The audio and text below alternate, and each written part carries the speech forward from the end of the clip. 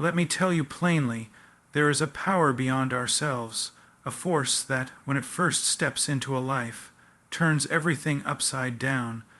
It is not about adding one more thing to your routine, not about improving the margins or polishing the edges. It is about radical upheaval. It is about a heart that used to be dead suddenly screaming with life, a mind that was blind now seeing. It is about the core being invaded, and every part of life being reoriented.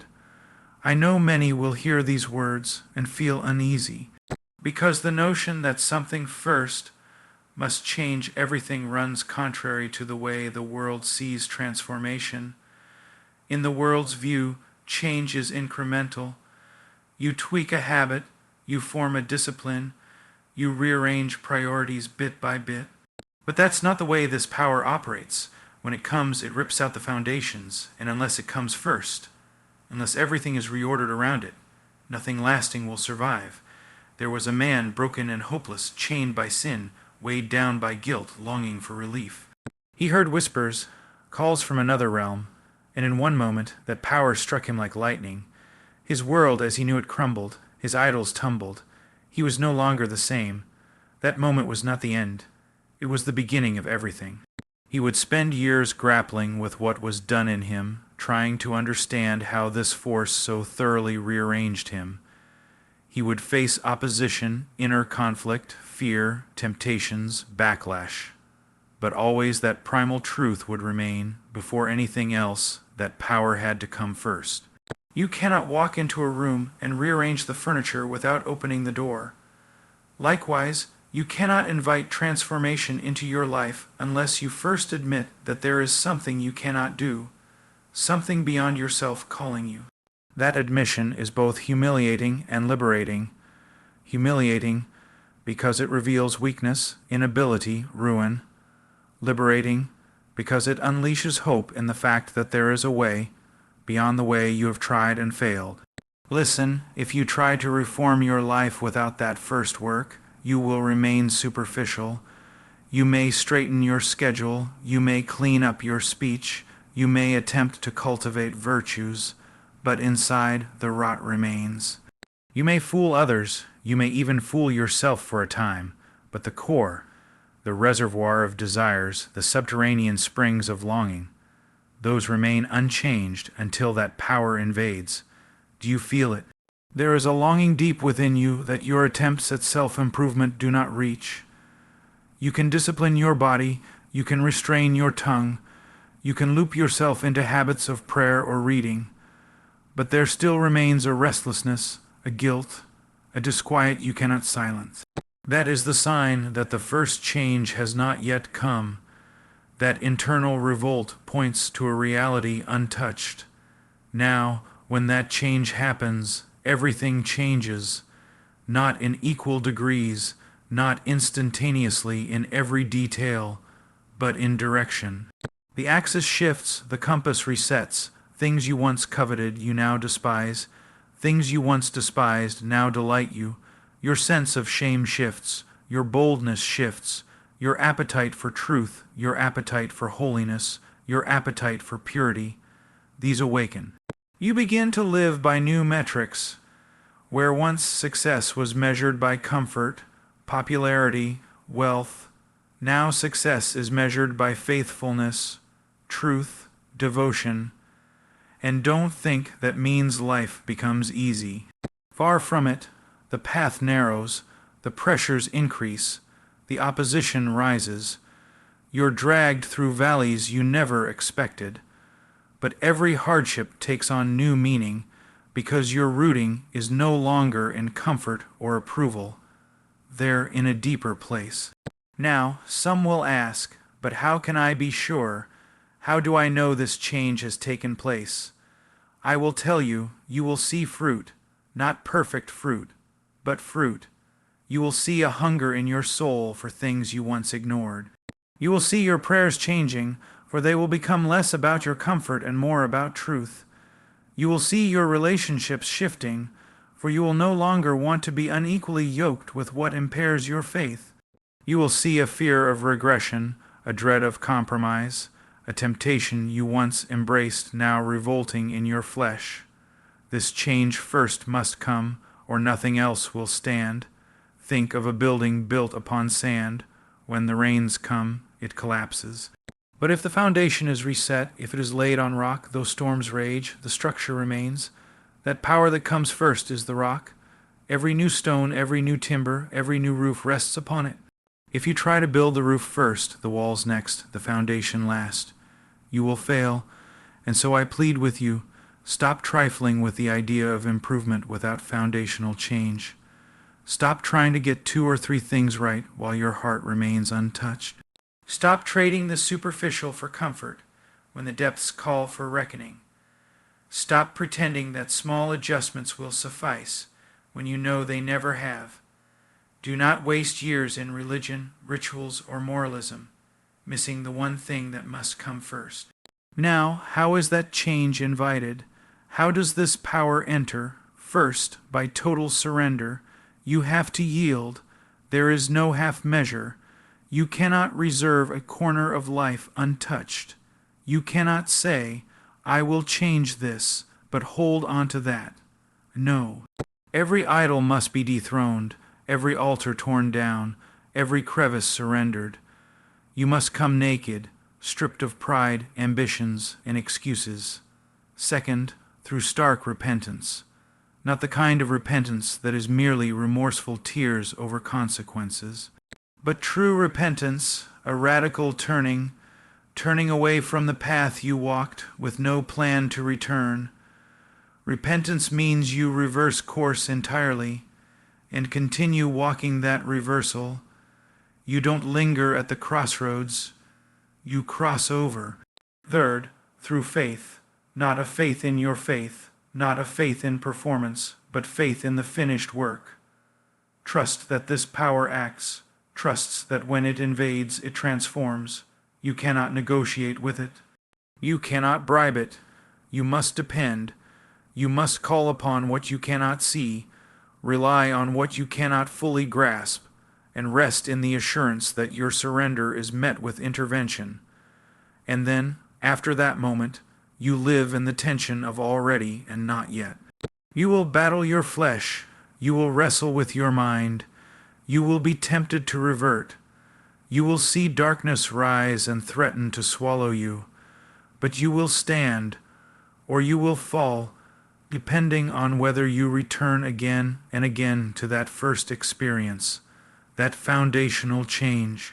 And in that return reinforcement, that ongoing dependence, is where endurance is found. This is not a one-time event only. Though the first moment is decisive, you must daily reorient. You do not drift forward, you press in. You do not coast, you wage war. The battle lines are drawn daily. The jungle of your desires, the wildness of your impulses, the cunning of the enemy, they pursue you. You must cling to that first work, like a child to a lifeline, lest you lose grip. So, what does this look like in daily life? It means that every habit, every choice, every relationship is confronted by a question. Is this consistent with the foundational change? It means when your flesh begs for ease, you choose discipline. When your will wants compromise, you stand firm. When the world lures with approval, you resist. You do not merely reform behavior. You allow the transformation to inform behavior. You survive the storm not by ingenuity, but by rootedness in that first power. Because nothing else is sufficient. No resolution of the flesh, no mind training, no religious schedule. None of that stands if it is not built upon that first change. All those things are good, but as branches upon a root.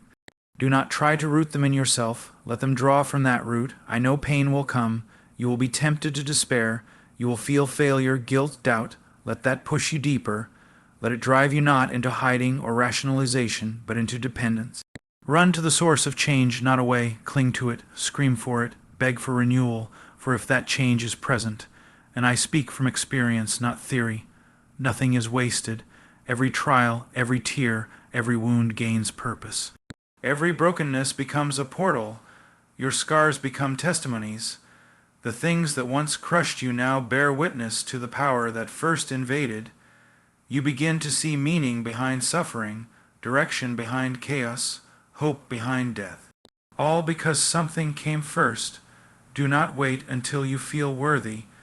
Do not wait until you clean yourself up. Do not wait until you have your life in more order. The invitation is to the desperate, the broken, the sinner. Those who sense their ruin, those who groan under guilt, those whose attempts at self-repair have failed, you are the ones called. You are the ones invited to open the door, to admit you cannot, to surrender everything. And once you do, you will find a strength you never had. Not a strength in yourself, but a strength flowing through you. Not a confidence rooted in performance, but rooted in faith. Not a security based on achievement, but based on identity anchored in something that changed everything. If you allow that change to be first, you will live differently, you will speak differently, you will love differently, you will act differently, you will walk with a weight, with a gravity, with a seriousness that terrifies the world but comforts your soul. You will hunger and thirst for justice, for truth, for purity. You will no longer prioritize comfort. You will no longer fear suffering because suffering has purpose. You will no longer live to be admired, but to be faithful. You will be a pilgrim, never settled in the old order, never comfortable in the world's pleasures, always pressing toward what is eternal. You will walk as one who has been invaded, not as one striving to invade. You will rest in the work that changed everything, and you will labor from it, not to it.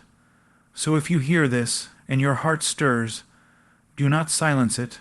Obey, open, let that power come first. If you do, expect a life that is constantly undone, constantly reorganized, constantly challenged, and constantly persevering. Expect joy mingled with sorrow, clarity mingled with mystery. Expect to live in the clash of two kingdoms until the day when the current age gives way. And above all, never forget, until that change comes first, everything else is only scaffolding built on shifting sand. Build scaffolding only upon that foundation, or see your life collapse when the storm comes. True transformation begins only when the foundational change comes first, not second, not alongside other things, not as a quiet addition to your already carefully constructed life. It must come first, before the reshaping of habits, before the restructuring of priorities, before the reformation of the external. Because if it doesn't come first, nothing else will stand. There is a lie that many have swallowed, and it has cost them years, some even their souls. The lie is this, that you can change your life by simply changing your behavior, that you can mold yourself into something holy by sheer effort, that you can act like a new person without ever becoming one.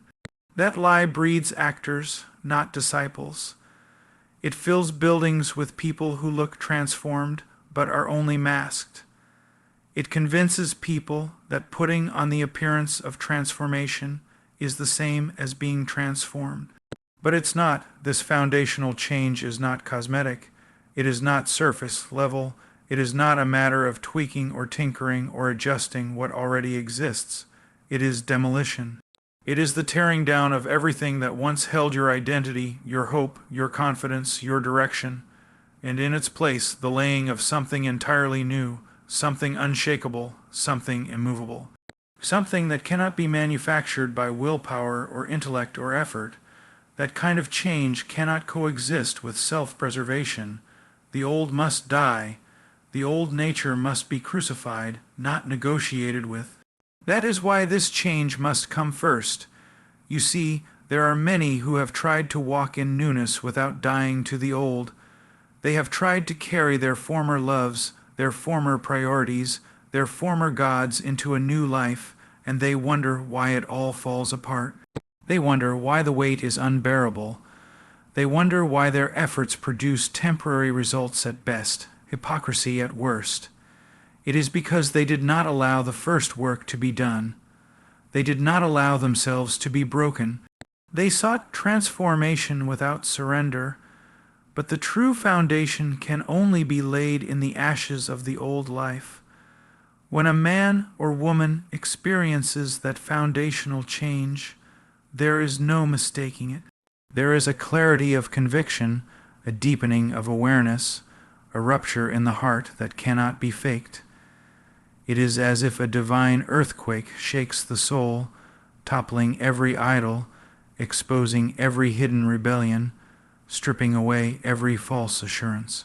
And it hurts, it is not pleasant, it is not gentle, but it is good, because it reveals the truth, that you were never truly alive, never truly whole, never truly clean, that all your striving and self-shaping was just makeup on a corpse.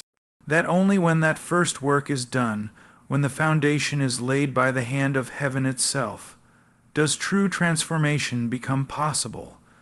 This foundational change also redefines everything. It redefines who you are. You are no longer the sum of your past decisions. You are no longer bound by the categories others put you in. You are no longer defined by your performance or your failures or your image. You are reborn. You are made new, not improved. New, and that newness is not abstract. It is practical. It changes the way you think, the way you feel, the way you view the world, the way you walk. It is not perfection, but it is direction. And that direction is unmistakable because it flows from a new center, a new root. If the foundational change does not come first, even the best moral efforts will eventually crumble. You may build a house of discipline and structure and religious activity, but if it is built on the old foundation, the cracks will show. When the storms come, and they will expose what lies beneath. And if what lies beneath is pride, self-effort, cultural religion, emotional hype, or shallow belief, the collapse is inevitable. But when the foundation is truly changed, when the old is demolished and the new is laid by divine hands, you can endure any storm. You can persevere through any season, because your life is now rooted in something unshakable. So many people want the fruit of transformation without the root of surrender. They want joy without repentance. They want peace without purity. They want purpose without obedience. But it cannot be done. The soul was designed to be ruled, and until it is ruled rightly, it will rebel, it will wander, it will collapse under the weight of its own autonomy. That foundational change is the moment when the soul bows, not outwardly alone, but inwardly, when the knees of the heart finally bend, when pride is shattered, when self-will is pierced, when the eyes open and see what they have never seen before, that the problem was never just behavior, it was the very condition of the heart. This is why the foundational change must come before anything else. Because it is the only thing that truly changes the heart. It is not about behavior modification. It is about a total transformation of desire. Where once you craved sin, you now crave righteousness. Where once you feared exposure, you now long for truth. Where once you ran from the light, you now run toward it. That shift is not human. It cannot be produced by motivation or therapy or social pressure. It is supernatural, it is invasive, and it is necessary. And when it comes first, everything else begins to fall into place. Your relationships take on new meaning. You no longer see people as tools for your gratification or threats to your comfort. You see them as souls either heading toward destruction or being renewed. Your time becomes sacred. You are no longer driven by ambition or escape. You are driven by purpose. Your eyes see differently. Your ears hear differently.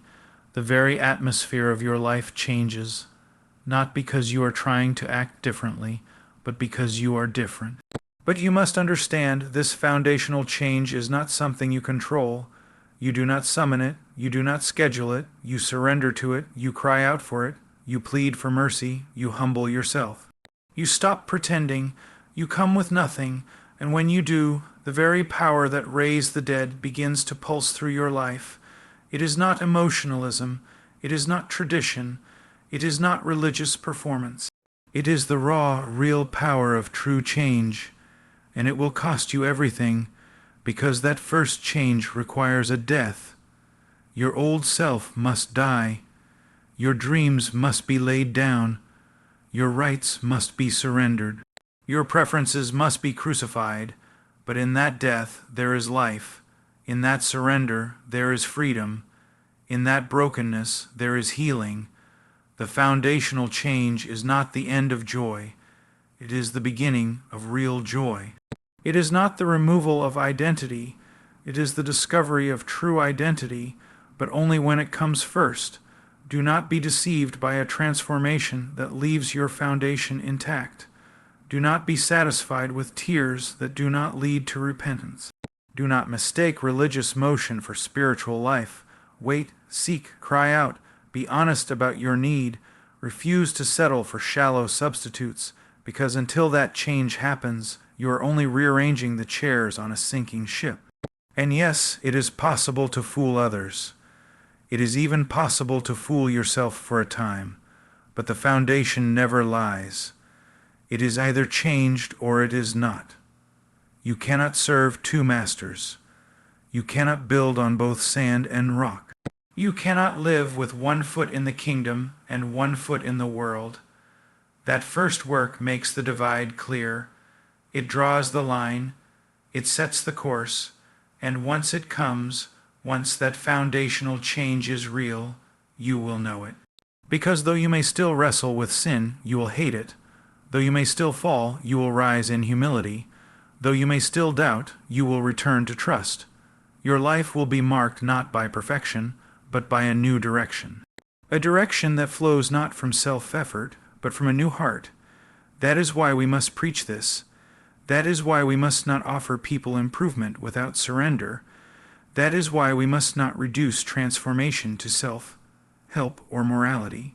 Because there is no power in that. There is no life in that. There is only weariness, only failure, only hypocrisy. But when that foundational change comes first, when it is the cornerstone, then everything else can be built. Then habits have power, then disciplines have purpose, then obedience has joy, then trials have meaning, because the structure is no longer artificial. It is alive. Some people will resist this. They will say it is too radical, too extreme, too offensive. But what is more offensive, telling people they are fine when they are not? Telling them they are transformed when their foundation is still rotting? That is cruelty. That is deception. Real love tells the truth. Real love says, you must be changed from the inside out. You must be made new, not improved, new. And that newness begins not with effort, but with surrender, not with trying harder, but with dying deeper. There is only one door to true transformation. It is narrow, it is low. You cannot walk through it with pride. You cannot walk through it with selfish ignorance. You must crawl. You must be undone. You must see yourself rightly. And when you do, and you pass through, everything changes, because you are no longer who you were. You are no longer living by your own wisdom or strength or goodness. You are now built upon a foundation not made by human hands. And that foundation will hold. It will hold in the storm. It will hold in the dark. It will hold when friends abandon you. It will hold when your name is slandered. It will hold when you face temptation. It will hold when your body fails. It will hold when everything else crumbles, because it is not a foundation you laid for yourself. It is one laid for you. That is why it must come first. That is why it must be everything. Because without it, everything else is nothing.